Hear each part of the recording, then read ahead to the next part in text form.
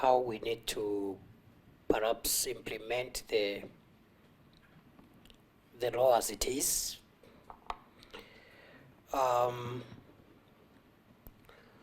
We are working closely with the International Police Organization, Interpol, to deal with the extra territorial jurisdiction issues that may arise in the process of this work.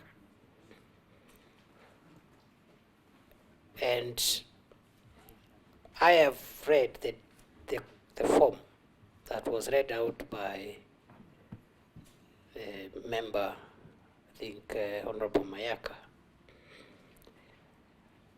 And I agree with sentiments that is quite disturbing. But on the other hand, I am aware that many people, not just in Kenya, in the world, do not read even some of these things. They do not read those kind of things. And that brings me back to the question of what I had raised earlier on in terms of the nature of consent. Is it informed, deliberate, voluntary consent, or was it consent obtained by inducement and so forth and so on? And as much as I want to agree with the Honorable Kaluma that the current law could still help us, I still believe there are areas that we need to improve, including both the criminal offenses section and the elements of those offenses, in either the act or the regulations. But I agree with him still. We have a lot of areas that we could implement and still achieve some results.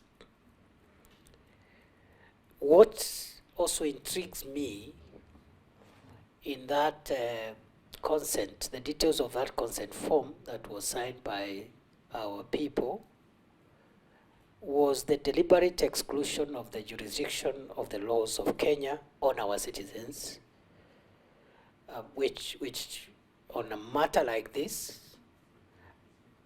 it should not have happened. That would have been something that should not have been allowed by the authorities, by government, because data, especially data in the manner in which it was harvested here,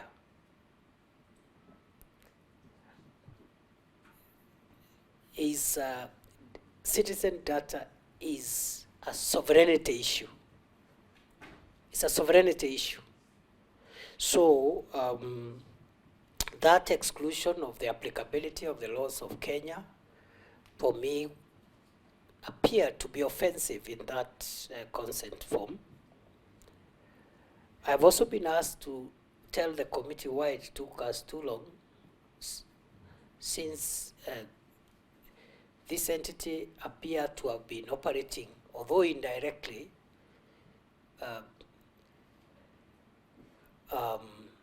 for 2-3 years. And the answer is simple. As security managers, it is not in our space to lord over private or business interactions of people. And I said that last time I appeared before the plenary of the National Assembly. That is my view. That's what I believe in. Our work is to provide the policy context in which business and private matters operate. And unless something has been raised, either through a complaint or we have reasonable grounds to suspect those interactions are violating our law, that's when we come in. So for a long time, and what actually triggered us was the queues and the complaints. Beyond that, we left it to science and commerce and business operations and transactions. If people are within the law, it's not in our business to obstruct them. And with regard to I was also asked why, whether we are able to trace financial inflows and outflows in our country. And the answer is in the affirmative. Except the cryptocurrency space, because of the reasons I gave earlier, our institutions of surveillance of financial flows are not at this point able to regulate cryptocurrency trade and transactions. And that is my problem as a security manager. That's where my problem is. And I know this puts me in direct conflict with other legitimate interests of commerce and trade and business and investment. But if, as a security manager whose responsibility at the end of the day will to be asked, why have the people of Kenya been harmed? This crypto thing, I need to know who is doing what, the source of whatever investment which is being put there, where it is going, and the entire chain. You know, we must be able to regulate it. If we cannot regulate it, then it is, in my view, should not be allowed. And I say that with deep respect to the contrary opinions that we have received from those who think that this is a good thing. Then and was also even asked what the role of the Minister of Interior is in that surveillance.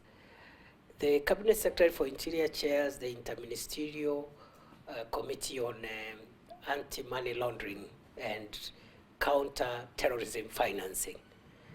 And I've already held a meeting as late as 2 weeks ago.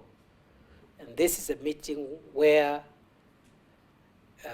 my colleagues, the CS for the National Treasury is a member, as well as the Cabinet Secretary for Foreign Affairs, as well as the Central Bank Governor, the Director General Financial Reporting Center, the Inspector General of Police, the Chief of Defense Forces, and all that. So we have a role. It is our business. But going forward, and that's why Parliament becomes important, help us to clarify the law that we should use on crypto transactions. Leave the enforcement on us, because at the moment our hands are tied. And I really challenge Parliament to give us an act of Parliament in whatever shape, even an elementary act of Parliament that will give us the general space from where to operate. Then the Honorable Kaluma talked about the requirement for foreign companies to be registered before they operate in Kenya. I don't want to preempt investigations, but the question is whether this company was operating in Kenya, or whether a company associated with this company was operating in Kenya. And it's something that will come out perhaps as we go along.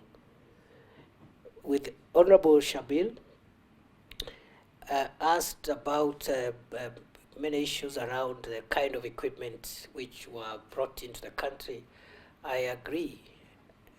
Again, I agree with him to the extent that these are not scanning equipment, they are scanning and communications equipment, which brings into purview the role of the Communications Authority in authorizing that equipment.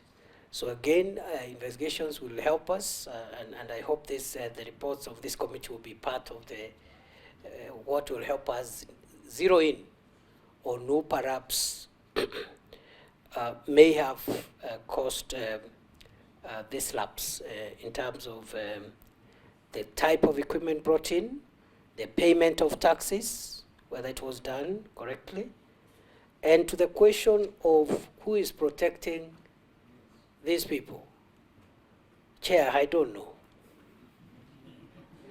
The assurance I can give the National Assembly and this committee, through this committee, from where I sit, any person in government, out of government, in public sector, in private sector, who it is established, aided, abetted, supported, encouraged, or even attempted any of those things to facilitate any crime which may have been committed in the circumstances of the WorldCoin, we will hold them accountable. And that is the assurance I want to give as the Security Minister. We will hold them accountable.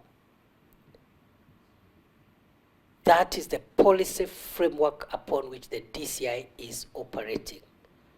There is no one who is immune, nobody is excluded, and we have depoliticized our organs and agencies of national security to ensure that if people are found on the wrong side of the law, action is taken. It doesn't matter who that person is. Even if it is myself as the Security Minister, I will take responsibility.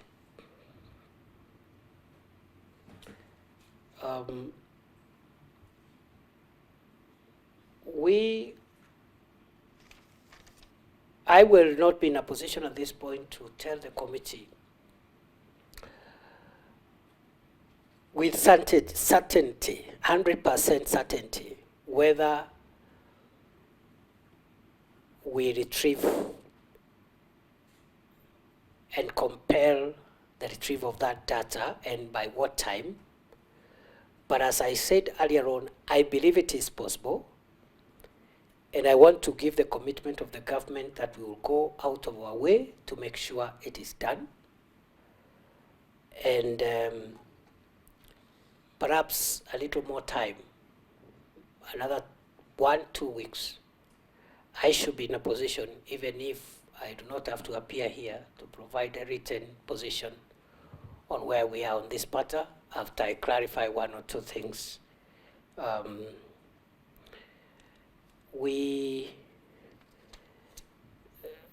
I will be more than happy to come back here, Chair,